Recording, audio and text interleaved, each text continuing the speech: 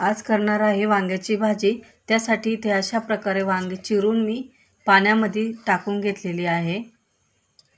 तर वांगी चिरताना कीड वगैरे आहे की काही ते नीट बघूनच वांगी चिरून मग पाण्यात टाकायचे, म्हणजे वांग काळं पडत नाही। आणि आता मी वाटण काढून भाजून घेतले, मी ते तुम्हाला दाखवते। इथे वाटणामध्ये खोबरं आणि पांढरे तीळ भाजून घेतले, खोबरं किसलेलं आहे आणि इथे कांदा परतून घेतलाय, थोडे शेंगदाणे आणि एक लसणाची लसणाची कांडी इथे मी सोलून घेतलेली आहे आणि हे सगळं जिन्नस मी भाजून घेतलेले आहे। तर आता हे वाटून मसाला करून घ्यायचे आहे। आता इथे मी दीदीला वाटण मसाला करून घ्यायला सांगितला होता, तर पाहू शकता त्याच्याकडून थोडेसे पातळ झालेले आहे। तर तुम्हाला टेन्शन घेऊ नका, वाटण जर पातळ झाले तर आपण वांग मसाला सुद्धा करू शकतो। मला भरलेलं वांग करायचं होतं, पण इथे वाटण पातळ झाल्यामुळे आता मी वांग मसाला पण करू शकते, मी ते तुम्हाला दाखवते।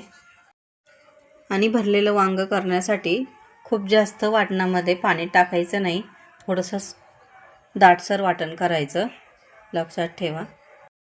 आता माझ्या मम्मीने मसाले काढून घेतलेले, तुम्ही तुमच्या मनाने मसाले टाकू शकता। इथे कांदा लसूण मसाला आहे, हळद आहे, इथं लाल तिखट, इथे मटन मसाला आणि इथे संडे मसाला। आणि तुमच्या घरात कोणतेही मसाले अवेलेबल असेल, जो पण मसाला असेल ते तुम्ही टाकू शकता। इथं आम्ही ना शिगडीवर भाजी करणार आहे। आता याच्यात तेल गरम करायला ठेवलेलं आहे, फुल शिगडी करायची आहे। म्हणी बघा कशी झोपली, म्हणी इकडे बघा ती काय चाललंय, कोणाचं ते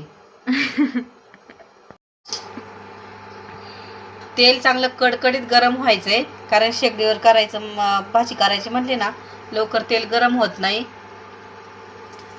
तर कडकडीत तेल गरम झाल्यावरच मोहरी टाकायचे, म्हणजे आपल्या जिरी मोहरीला चांगला तडका बसतो भाजीला। आणि मोहरी चांगली तडतडली का जिरे टाकून घ्यायचं।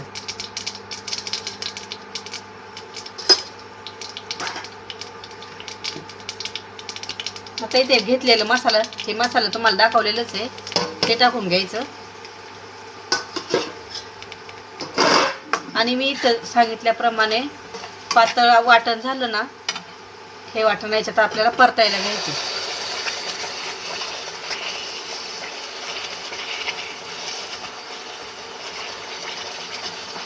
वाटण चांगलं परतून घ्यायचंय आणि मग आपल्याला याच्यात वांगे सोडायचे।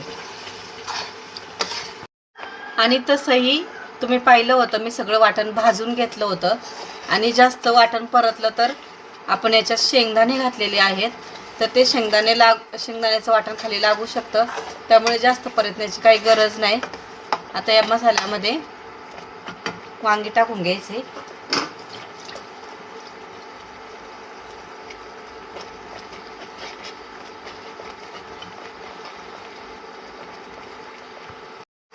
आता सगळी वांगी सोडून घेतलेत मी याच्यात। तर हे मसाला या वांग्यामध्ये असा मिक्स करून घ्यायचा।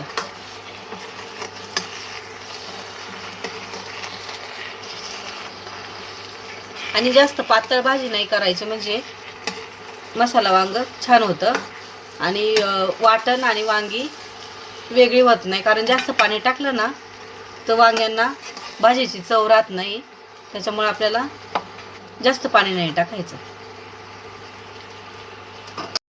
मिक्सरच्या भांड्यामध्ये वाटण वाटून घेतलं होतं, तेच भांडं थोडंसं इसळून याच्यात टाकलंय, थोडंसं पाणी। आता यामध्ये आपल्याला मीठ चवीनुसार टाकायचंय आणि वांग्याला थोडंसं जास्त मीठ टाकलं वांग्याला चव चांगली येते। थोडं जास्त टाकायचं, खूप जास्त सुद्धा नाही टाकायचं।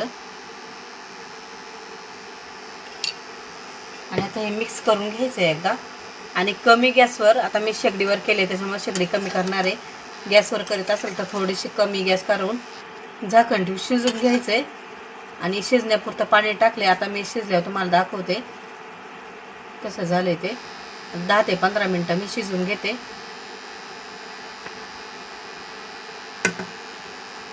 आता इथे पाहू शकता माझ्याकडे ताजी कोथिंबीर नाहीये, तर मी अशी सुकून कोथिंबीर डब्यामध्ये भरून फ्रीजमध्ये ठेवलेली आहे, तीच टाकणार आहे. तुमच्याकडे नसेल तर तुम्ही धनं पण टाकू शकता थोडेसे वाटणामध्ये, किंवा मग असे सुकून ठेवून कोथिंबीर पण टाकू शकता. आणि असली तुमच्याकडे कोथिंबीर तर ती टाका, पण माझ्याकडे नाही आहे. तर पाहू शकता मी अशी चुरा करून टाकणार आहे आता ही कोथिंबीर.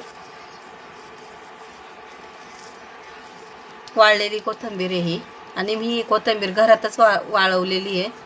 आणि त्याच्यानंतर डब्यामध्ये भरून स्टोअर करून ठेवलेली आहे. अशा पद्धतीने तुमच्याकडे सुकी किंवा ताजी कोथिंबीर नसेल तरी चालेल, थोडेसे धने वापरले वाटणामध्ये तरी चांगली चव येते. तर आता याच्यावर मी आता झाकण ठेवून घेणार आहे. आता इथे मी सगळी कमी करून घेते, म्हणजे जेणेकरून आपली भाजी उतू जाणार नाही आणि व्यवस्थित कमी याच्यावर शिजली जाईल. तर जे मी मसाला काढलेला होता तेच ताटाच्यावर ठेवून घेतलेलं आहे, आणि 10 ते 15 मिनटं भाजी मी शिजवून घेते आणि नंतर तुम्हाला दाखवते. 10 ते 15 मिनटं झालेली आहे, आणि आपण आता झाकण काढून पाहूया. शकता बऱ्यापैकी रस्सा कमी झालेला आहे, आणि वांग पण शिजले की नाही ते पाहूया.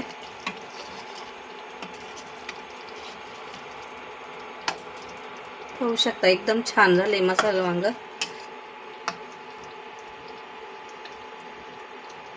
इथे पाहू शकता शिजले पण खूप छान, एकदम मस्त शिजले आणि खूप छान झाले. आणि तुम्हाला आवडलं का ते सांगा. आणि रेसिपी जर तुम्हाला आवडली, व्हिडिओ जर आवडला तर एक लाईक आणि सबस्क्राईब नक्की करा. आणि सबस्क्राईब जरी नाही केलं तरी एक लाईक नक्की करत जावा, कारण कसं आहे खूप मेहनत लागते आणि तुम्हाला मी दाखवते. तर एक लाईक नक्की करत जा. आणि भाजी कशी झाली ना कमेंट करून नक्की सांगा, आणि अशा पद्धतीने करून पहा. अशा चमचमीत आणि झणझणीत रेसिपी बरोबर पुन्हा भेटू. तोपर्यंत मस्त राहा, खुश राहा, आणि सर्वात महत्त्वाचं माझ्यासारखी रेसिपी करून पहा. धन्यवाद.